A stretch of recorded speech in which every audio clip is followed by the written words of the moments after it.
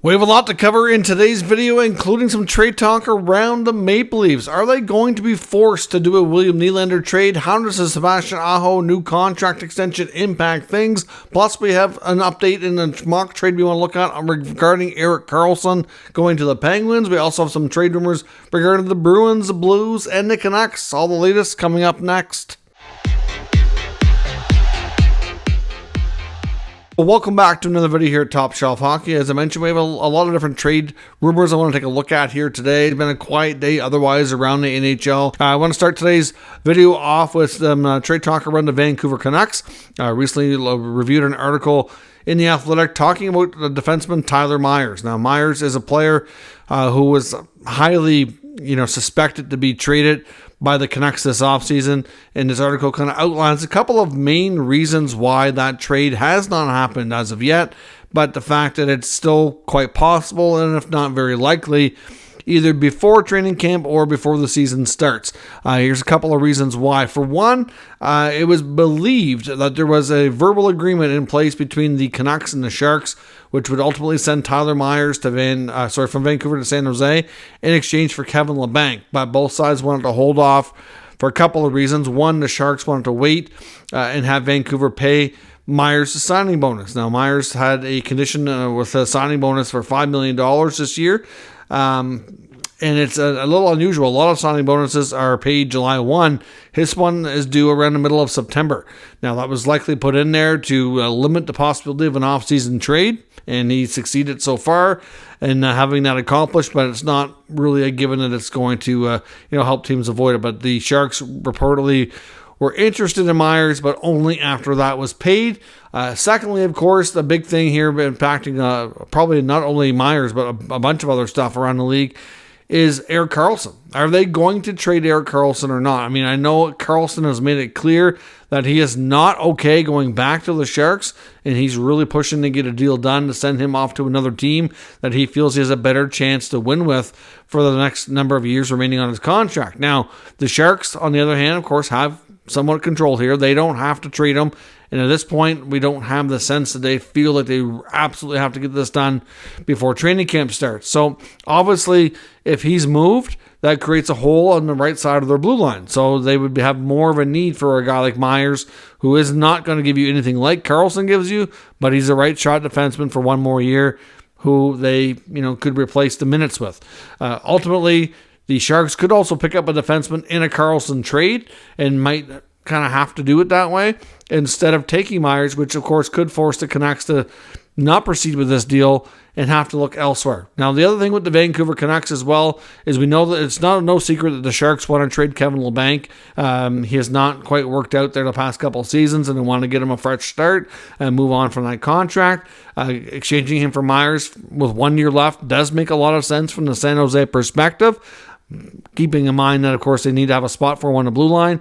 And secondly, the Canucks have to have a spot for Labanc. And right now, there's a bit of a logjam at forward. The so-called mass exodus, or the creation of cap flexibility that Jim Rutherford and Patrick Allvin have preached their entire time since taking over this franchise, has not really happened. They've made a few moves, sure, but they've been awfully quiet. And they have not really done much to really transform this roster, which surprises me. Like I said, my concern about the Canucks at the end of the season was that they might be a little bit overconfident in what they have, because once the last 20-25 games come along, they had a new coach, the pressure's off, they know the playoffs aren't happening, they got a lot better results. And I'm not convinced that they can keep that up for 82 games. Now, they may be able to, maybe I'm wrong, but I know sometimes we've seen it happen before with teams that get a small sample of a strong finish and they get a little overconfident in what the team has. Teams and players perform completely differently when they don't have the pressure of getting into the playoffs, and you typically always do get a bit of a bump from a new coach. Players will feel energized and ready for the change and ready to go work harder for this new coach to see if things can be better. And sometimes they last for a while, sometimes they fizzle quick. You get a variety of results in that. But at the end of the day, the Canucks haven't done a ton to really transform this roster. So I would still suspect that before they bring in a player like Labanc, that they'd want to move out a forward or two, that they are looking to create some room. I mean, it's speculated, and we'll have to wait and see when camp comes around, I think Tanner Pearson might be able to come back. They're hoping he will be, at least. So that's another player that was out of the lineup last year that's coming back as well. I mean, obviously you had some other guys jump in last year, like Kuzmenko played a big role. They still have, Pettersson, Besser's still here. Obviously JT Miller didn't go anywhere. It's like Connor Garland is still there. There's lots of players, and there's more than enough players for spots. So I think they really need to create a little bit of flexibility and get rid of the logjam before they expedite this kind of deal. So we'll see. But obviously the Sharks trading Karlsson, which we're going to discuss a little bit later. Actually, we'll segue into it here next. But now, like I said, we'll segue next here into an Erik Karlsson trade update. We don't really have any firm details to suggest that there's any closer to getting a deal done, but I did see an article today that it was an interesting mock trade that I wanted to discuss here in the channel, which is kind of somewhat close to, I think, what it's going to have to be if it's going to end up taking place. So essentially, we know that the Sharks are going to have to retain a decent amount of money. There's some out there right now saying they don't want to go over 20%, and that has not changed. And that could be an issue if they don't want to go any higher than that. Ultimately, they'd have to have a third team retain some money if that's the case, and that's going to get expensive. It's either going to drastically reduce what the Sharks get, or it's going to increase the potential costs of the team acquiring. It's just not good either way.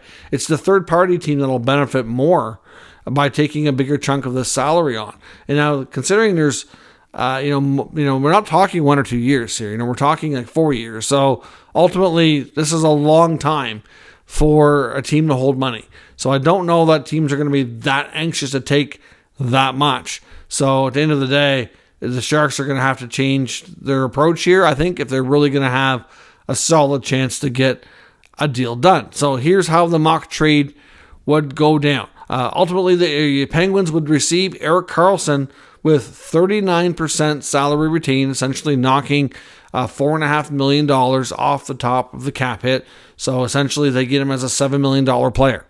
So that's a little bit more reasonable, most would say. Going back to San Jose, we have young defenseman Ty Smith, young prospect Samuel Pula, and a conditional second-round pick. Well, actually, you could call it a conditional second or conditional first. Ultimately, it's a second-rounder, but there's a condition that it upgrades to a first-rounder if the Penguins win the Stanley Cup, or you could even make it, I would even go as far as saying they could change that and say that even if they make it to the Eastern Final, for example, in the first year, that the pick would upgrade to a first. Now, you're going to have to probably move multiple first rounders here, because part of this as well is moving Jeff Petrie. Now, the other part of this deal is the third-party team is that the Chicago Blackhawks take Jeff Petrie on, and they also get a first-round pick from the Penguins for taking on the full contract. That would be a 2024 top 5, or even, it said top 5 in the mock trade, but I would even go as far as saying top 10. Protect it, first rounder. So then your 2024 and your 2025 potentially first rounders are spoken for. Now, if you don't win the Stanley Cup or don't at least make it to the East Final next year, you still have your 2025 first rounder. I don't know if the Sharks are going to go for that. To be honest, I think they might insist on getting some kind of a guaranteed first, but that's the thing. Many NHL insiders and reporters were saying that the Sharks were insisting on multiple first rounders back at the trade deadline. So even if they come off that, do you think they're going to want at least one? Especially if the salary retention on Karlsson goes up to 39%, like this mock trade suggests. Now, the other part of this as well is we've heard that the Sharks have insisted so far on defenseman Marcus Pettersson being included. Obviously, Marcus Pettersson is more experienced and, at least as of today, stronger defenseman than Ty Smith. That could change things. I don't know if they would insist on Pettersson plus prospects like Smith and Poulin being included. And the first, that's getting to be a little bit much. But again, the more salary you retain, you're doing the other team a favor. You do expect more in return. So if they're going to increase the amount that they're willing to hold back, then you know darn well that they are going to want to increase what they get for it. So that's just how it goes. It's just that simple. But ultimately, with the window of buyout that the Penguins likely have coming up here, we know for sure they will. When the RFA contract for Drew O'Connor is settled, we would see them use the buyout on Granlund in this scenario and then trade Petry's full contract to Chicago. Now, that's assuming that Petry doesn't block a trade to Chicago. He does have a modified no trade. At this point, we've heard that he wouldn't want to go to any of the California teams because it's too far from home. He's a Michigan guy, wants to stay closer. Well, Chicago is in the Midwest. It's a lot closer. Maybe that would be more agreeable than San Jose. So if he agrees to go to the Chicago Blackhawks, or we don't even know, he may not even need to agree to it. They may not be on the team's list that are blocked. So either way, they move Petry, they buy out Granlund, they get Karlsson, and then of course to San Jose, they trade Smith, Poulin, and I'm going to say it's going to have to be a first, not a second, and upgrades to a first. The next part is this: of the Sharks going to want a 2025 first. I mean, or maybe them in Chicago, one of them's going to have to take 2024, one's going to have to take 2025 if this deal went down. So ultimately, the Penguins would lose 2 first-round picks, but they'd also lose Jeff Petry, they'd also lose Ty Smith, Samuel Poulin, and they'd buy out Granlund, and they would get Karlsson. That is a lot. That's a lot to give up. I do wonder if it's too much. But I would not be, to be honest, I know that the Sharks are looking for a lot. I understand the concept that teams are not wanting to pay a ransom for him.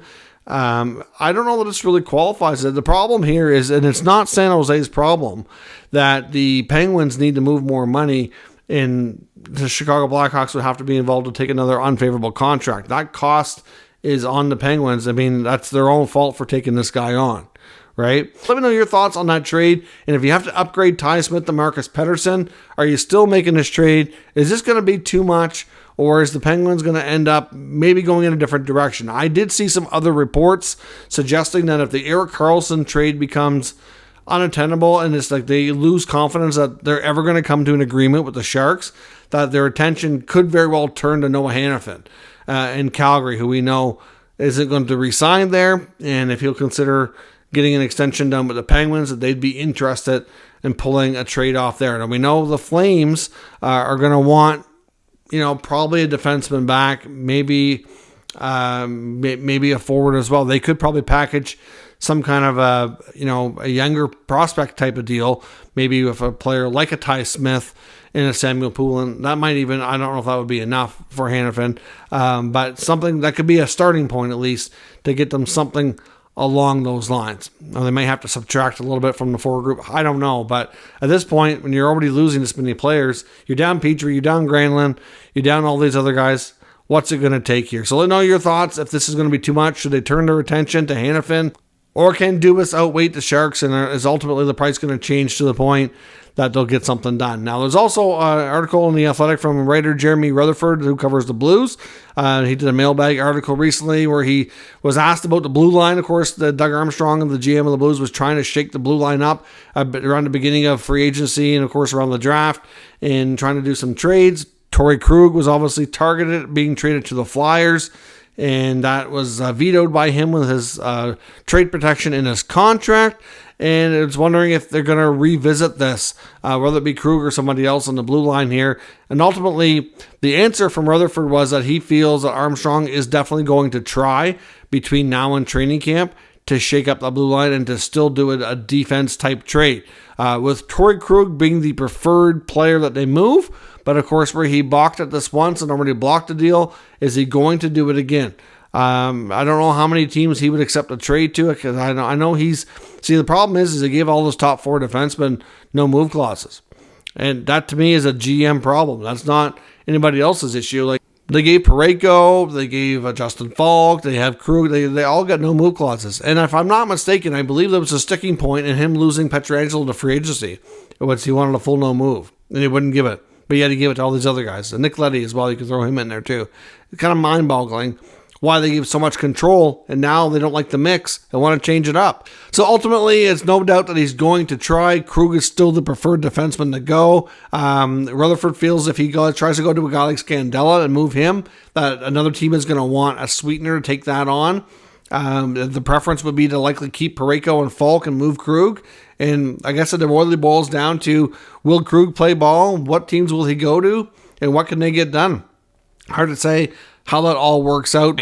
Now, when it comes to the Boston Bruins, another article today, this one from The Score, looking at 5 different centermen that they feel that the Bruins should look at, considering we talked about here a number of times now, leading up to and now after the Patrice Bergeron retirement announcement, saying that the Bruins, if they're going to go into the season with Charlie Coyle and Pavel Zacha as their top 2 centers, they could be in trouble. As much as they're tight on cap space, sure, like everybody else, they still have good goaltending, still have a good blue line, but that forward group is not going to be the same without the center depth that they've been used to having for the last number of years. They've been spoiled in a sense, except for the 1 year that Krejci was away, but otherwise, they've had 2 great centermen to lead their top 6 for a long, long time. It's a change in the guard now, a new era in Boston, so to speak, and they still have some good wingers.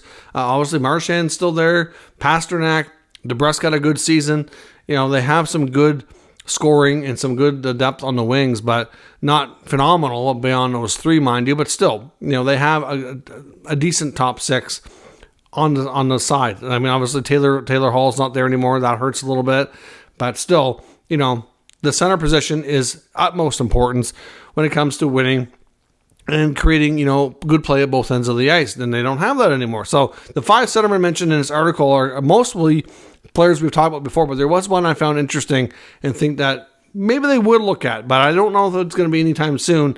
I would say maybe after training camp or throughout part of the preseason, but ultimately he mentioned some of the guys we've discussed, like Elias Lindholm, Mark Scheifele being the top 2, and preferred names that they think would be the best fit and best options for Boston.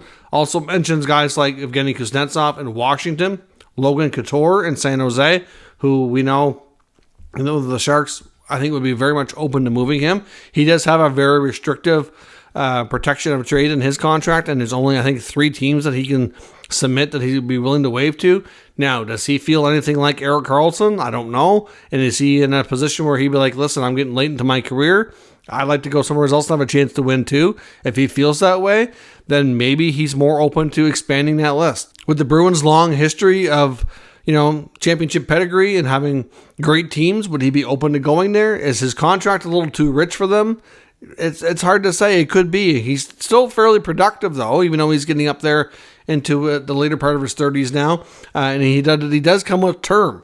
So they could have him, for the next number of years. But the other player that I thought was interesting, and it's not really going to get you the fanfare of the other guys, but it suggested maybe they go a different approach in this new era in Boston, maybe realizing that you can't really replace Patrice Bergeron. They go at this maybe by committee more, and they go in and they keep Coyle and Zacha, and they add a guy like Christian Dvorak out of Montreal, who, can kind of go between number 2 and number 3. Now, I know some Montreal reporters are not convinced that the Habs are going to trade Dvorak, mainly because they'd like to see him bounce back and get his value up so that when they eventually do move him, that they can get a little bit better return. But right now, he still has some time on his contract of $4.4 million, so it's not outrageous. He, has been known to be a pretty good middle 6 center, has struggled in Montreal to stay healthy. In Arizona, he had, a few good seasons as well. Not exactly like, a huge superstar player, but a good, adequate middle 6 guy.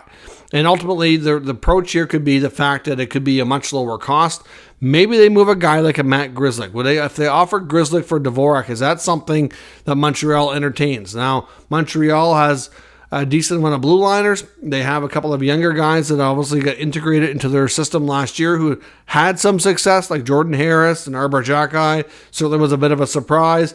They picked up Kovacevic on waivers, and he, ended up being a serviceable guy for the most part. Chris Weidman is still there, but he doesn't have a long future in Montreal. This is probably his last year.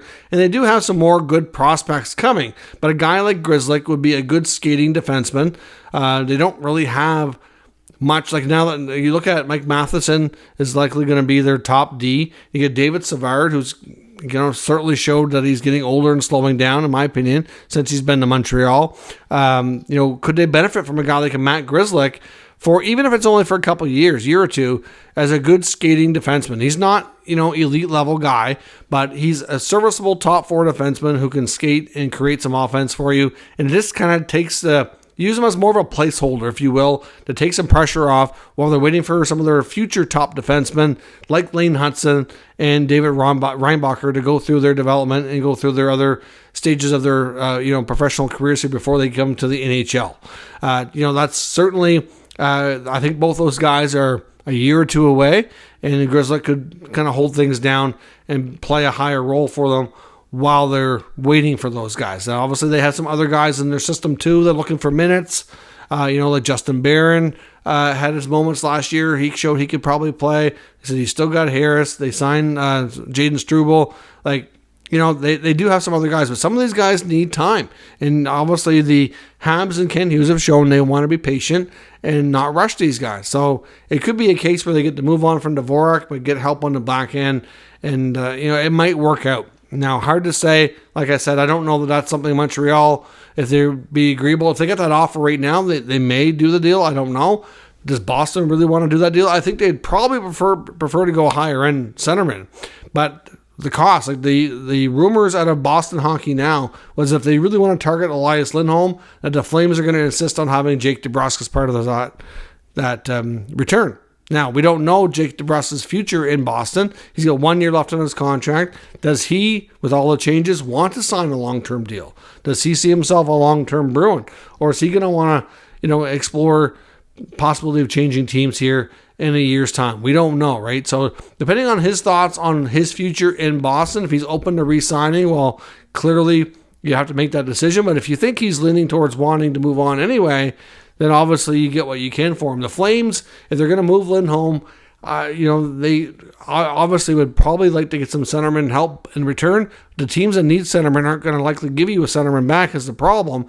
And if they can't get that, then it's rumored that they want a scoring winger who they can kind of use to replace what they moved out in Tyler Toffoli. DeBrusk could give them that. So obviously that explains that. So even though Lindholm is the top, guy who makes the most sense, he's going to also be the most expensive. And, Scheifele, it's hard to say what his future holds. There's some talk he may stay in Winnipeg. We don't know how that's going to work out. Hasn't been a lot of updates out of there in a bit. So we'll have to see. But I thought the Dvorak option was interesting. It's, like I said, it's not a high-end play by Boston. It just is a way for them to kind of create a little bit more depth, a little bit more internal competition where he could maybe compete with a guy like Zacha or Coyle for that number 2 spot, kind of way of doing it by committee. When you look at some other teams around the league that have had success recently, like Seattle, for example, I think they've proven that you don't always need super high-end talent.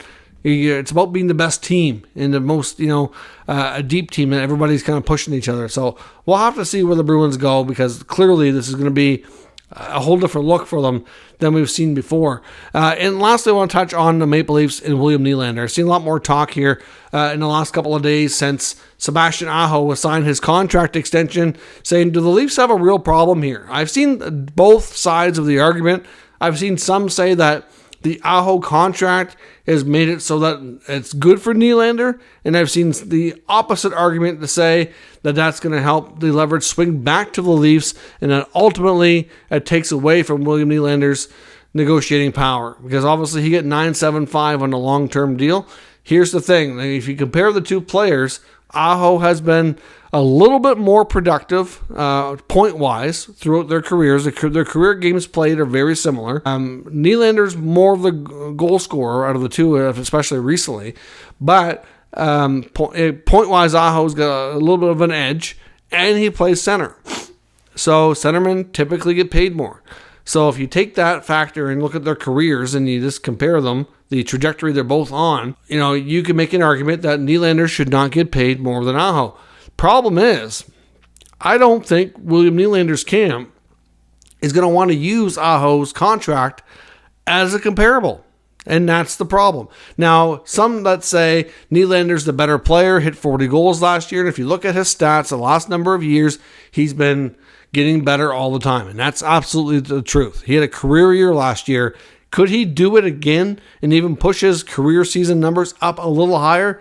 Wouldn't shock me. It would not shock me at this rate. If William Nylander is not traded and not signed and goes into the season as a pending UFA, I would not be one bit surprised to see Nylander go off again and hit new heights in points and goals. He was a 40-goal scorer last year. I believe it was 87 points. Wouldn't be surprised to see him go 90+. Hit 40 goals again, and then you got multiple seasons at that. And if you're his camp, which we know Louis Gross is going to push them into every dime he can get his hands on. At the end of the day, it doesn't matter. Like, yes, you can make the argument that Nylander loves Toronto and wants to be there, but at the same time, he and his agent are all, and it's not just Nylander. I don't want to paint him with this brush and say his teammates aren't like this, because I think you kind of get the same sort of sentiment out of his, guys like Marner and Matthews. They want as much money as they can get, and it really is hard to blame them in a sense. But at the end of the day, if winning the Stanley Cup is that important to you, then you need to be able to help the team surround you with supportive talent that's good enough to win. And that's my take on that. And I'll, argue that all day long. Athletes do have a finite amount of time to earn the big bucks, and I give them all the credit in the world for taking all the pennies they can get. But like I said, you have to make choices and priorities. And at the end of the day, if Nylander's going to insist on over $10 million, then I just don't see how the Leafs can make it work. That's going to be too much. But, at the same time here, like I said, I don't know if they're going to want to rush here, but do they really want to go into the season and have this as a distraction is the big thing. But the Aho contract realistically should swing some of that momentum and the leverage back to the Leafs. That Aho is the better player, plays center, more important position. If he's taking 9.75, that should knock him down to at most 9.5, maybe a little less. That, I think that the Leafs, it's a little bit, I think, of a stretch of what they want to do, but I don't think they're going to let him go over a couple 100,000. I don't see that happening. Now, when you're talking $1 million or more, $1.5 million, that could lead to a divorce and Nylander moving on, but not a couple 100,000. So, ultimately, William Nylander here has a decision to make. It's just that simple. But the Aho contract is not going to be one that he and his agent use as comparables. They're going to use Marner and Matthews. And that the argument keeps coming up, looking around the league and saying, this guy should make this much, this guy should make this much. And that's the problem. None of them take that approach. They all use their comparables as each other and how their relevance to the team, how they compare production-wise. If Matthews is a $14 million player, well, then I'm a $12 million player. Or if Marner's a $12.5 million player, I'm at least 11.9 to 12.25. Like something along those lines. That's how they do it. And that's the problem. Until you see them all start to say, you know what, guys, we all need to take a step back and take a haircut and kind of work that out together. Unless they all do it that way, then none of them are going to do it. They're going to have that huge problem, and it is going to lead to one of them leaving because you just can't afford them all. The other argument here is, of course, that they're still not cap compliant for this season, and they might decide that this is going to be too long a drawn out, too much of a distraction. If we do it now, if we can find the trade that makes sense for us, maybe we can get multiple pieces back that helps us be a better team. Maybe they can get a real solid top defenseman and a good forward as well. And then, if you can get two players that can give you combined similar, if not better, positive, outcome on the team with the same amount of money, then clearly you're going to come ahead, right? It's just that simple. So we'll have to see. But the problem is this year he's making 6.9. His contract today is not an issue. It's very cap friendly based on what he earns today. It's what he's looking to make next year and beyond. That's going to be the issue, and which is why I think there's going to be a lot of hesitancy and a pullback to pull the trigger on a deal, even though negotiations may not be going well. But at the end of the day, they do have an issue, and it depends on how they go about trying to solve it. So let me know your thoughts. Do the Leafs have to trade Nylander? Is the Aho contract really going to play any kind of role here? Let me know your thoughts on that and everything else discussed today. Down in the comments, we'll discuss further. If you're new to the channel, make sure you subscribe and stick around. We'll keep you up to date with all the news, rumors, and analysis of all 32 NHL teams. Thanks for watching, and I'll catch you next time.